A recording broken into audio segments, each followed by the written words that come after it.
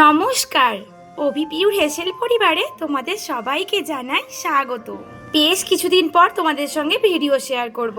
আশা করছি তোমরা সকলেই খুব ভালো আছো। সাধারণত ডালের কথা বললে আমরা বুঝি মুসুর ডাল, মুগ ডাল, ছোলার ডাল, মটর, কিন্তু আজ আমি এমন একটি ডালের খোঁজ তোমাদের দেব যেটির একটি দানা যেন ওষুধের ভান্ডার। এই ডালটির মধ্যে এত পরিমাণে পুষ্টিগুণ রয়েছে, এত পরিমাণে ঔষধি গুণাগুণ রয়েছে যে এটি বিভিন্ন দুরারোগ্য ব্যাধির হাত থেকে আমাদের মুক্তি দিতে পারে। এই ডাল নিয়ে ভিডিওর মধ্যে আরো অনেক কথা তোমাদের জানাবো। তার আগে চলো রেসিপিটা বানানো শুরু করি।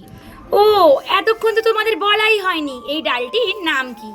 অনেকে এই ডালটিকে কুলথি ডাল আবার কুর্তি ডাল বলেও ডাকে। সাধারণত দশকর্মা দোকানে এই ডাল পাওয়া যায়। এই ডাল কিনে নিয়ে এসে আমি আগের দিন রাত্রেবেলা দেখো জলের মধ্যে ভিজিয়ে রেখেছিলাম। তবে তোমার হাতে যদি সময় কম থাকে ৩-৪ ঘন্টা ভিজিয়ে রাখলেই যথেষ্ট। এবার চলো এই ডালের উপকারী গুণাগুণ নিয়ে কিছু কথা বলি। এক মুঠো কুর্তি ডাল যদি রাতে ভিজিয়ে পরের দিন সকালে সেটি জল ছেঁকে পান করা হয়, তার ফলে কিন্তু ইউরিক অ্যাসিডের মাত্রা নিয়ন্ত্রণে থাকে, ব্লাড সুগারের মাত্রা কমে, কোষ্ঠকাঠিন্যের সমস্যা থেকে মুক্তি দেয়, হজম শক্তি বৃদ্ধি করে, আর সব থেকে বড় কথা কিডনিতে স্টোন হলে সেটিকে বের করতে সাহায্য করে। দেখো পরের দিন সকালে জলের রং কেমন ভাবে পরিবর্তন হয়ে গেছে। আর ডালগুলোকে তো দেখেই বুঝতেই পারছো ডালের কি পরিবর্তন হয়েছে। এই কুর্তি ডালেরই রেসিপি আজ তোমাদের সঙ্গে শেয়ার করে নেব। তাই প্রথমে দেখো জল পরিবর্তন করে নিলাম।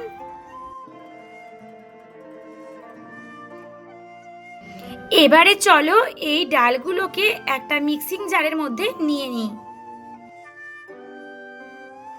তোমরা চাইলে এটা কিন্তু শিলেও বেটে নিতে পারো।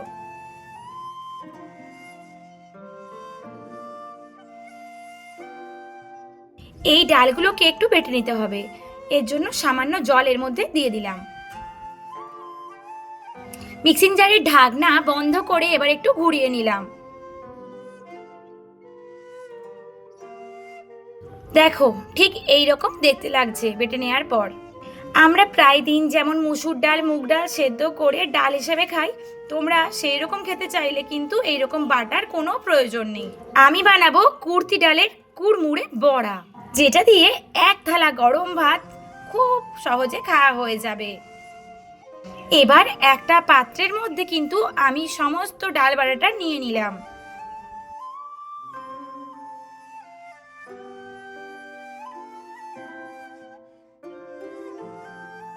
এবার এই ডালের বড়া আরো সুস্বাদু বানানোর জন্য আর কি কি এর মধ্যে দিই দেখে নাও।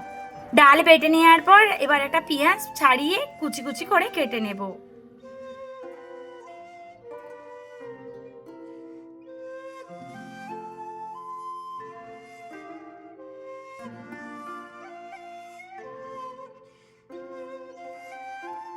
পেঁয়াজ কেটে নেওয়ার পর আমি কিন্তু কেটে নেব কাঁচা লঙ্কা। তোমরা যেমন পরিমাণ ঝাল খেতে চাও ঠিক তেমন পরিমাণ কাঁচা লঙ্কা নিও। এবারে চলো এই ডাল বাটার মধ্যে এক এক করে দিয়ে দিই পেঁয়াজ কুচি, কাঁচা লঙ্কা কুচি আর লবণ। এবারে সব একসাথে খুব ভালো করে মাখিয়ে নিলাম।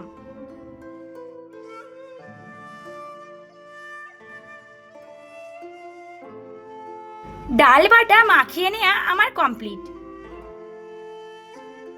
এবার ওভেনে কড়াই বসিয়ে দিলাম। কড়াই খুব ভালোভাবে গরম হয়ে গেলে কড়াইয়ের মধ্যে দিয়ে দিলাম সাদা তেল। তোমরা চাইলে সর্ষের তেলেরও ব্যবহার করতে পারো। এবার বেটে নেওয়া ডালগুলোকে বড়ার আকার দিয়ে ভেজে নিলাম। আমি যে ননস্টিক কড়াইটা নিয়েছিলাম এটা বেশ ছড়ানো ছিল, তার ফলে একসঙ্গে অনেকগুলো বড়াই আমি ভেজে নিতে পেরেছি। বড়ার এক পিঠ ভালোভাবে ভাজা হয়ে গেলে অন্য পিঠটা উল্টে দিলাম।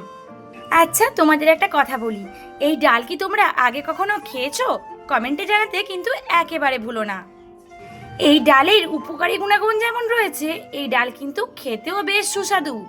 তাই সবাইকে অনুরোধ রইল একবার এইভাবে বড়ার রেসিপি বানিয়ে দেখো, আর অবশ্যই এই ডাল দিয়ে গরম গরম মুচমুচে বড়া দিয়ে এক থালা গরম ভাত, আহা ভেবেই কত ভালো লাগছে।